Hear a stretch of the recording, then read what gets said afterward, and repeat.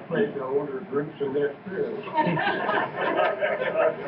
By the way, before I forget it, I have put together some CDs of Jim's last show, the one that he did Sunday night here.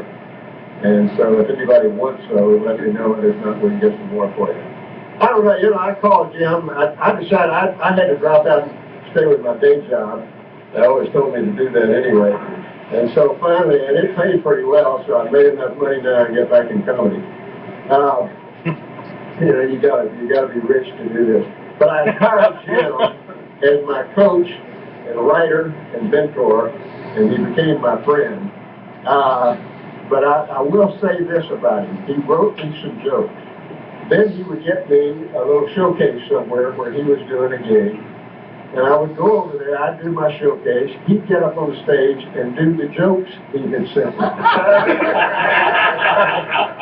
Which I had paid him for. And I asked him about that. He said, I just wanted to make sure they worked.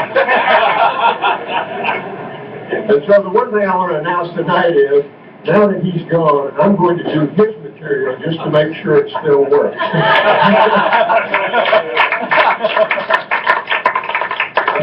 I've got it right.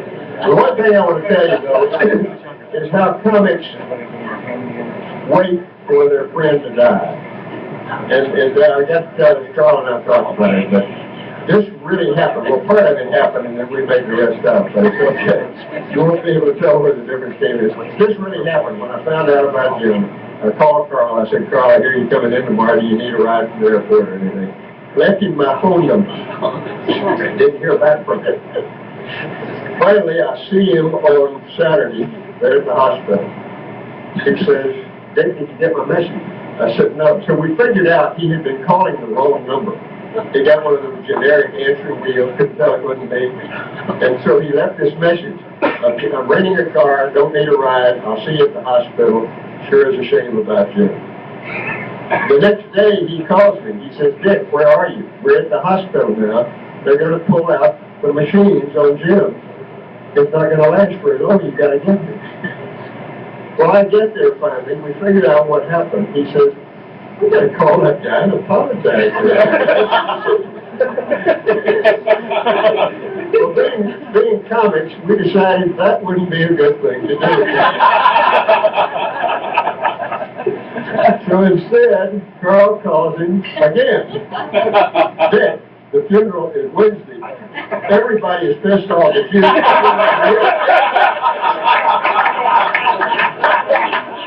Why don't you at least call? Wednesday, he calls and leaves another message. The funeral was today. Don't bother to call. Nobody will speak to you. And don't think you're getting any of his stuff. Friday, I call. The guy answers. I say, this is Dick. Have I had any messages?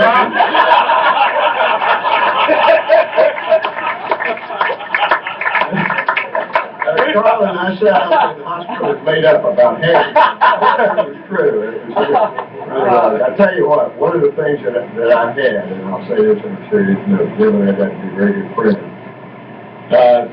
Toward the end there, he would get to where hard for him to drive, and so I'd go by and pick him up every time we had a show to go, and so I'd pick him up to Beaumont and some other stuff, and Andy and I went over there.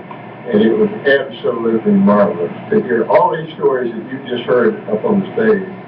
Over the time that Jim and I were together, I got to hear most of them, and they were all true. And so this has been a great time for me. The only problem I have is Jim had given me confidence to get back into this business.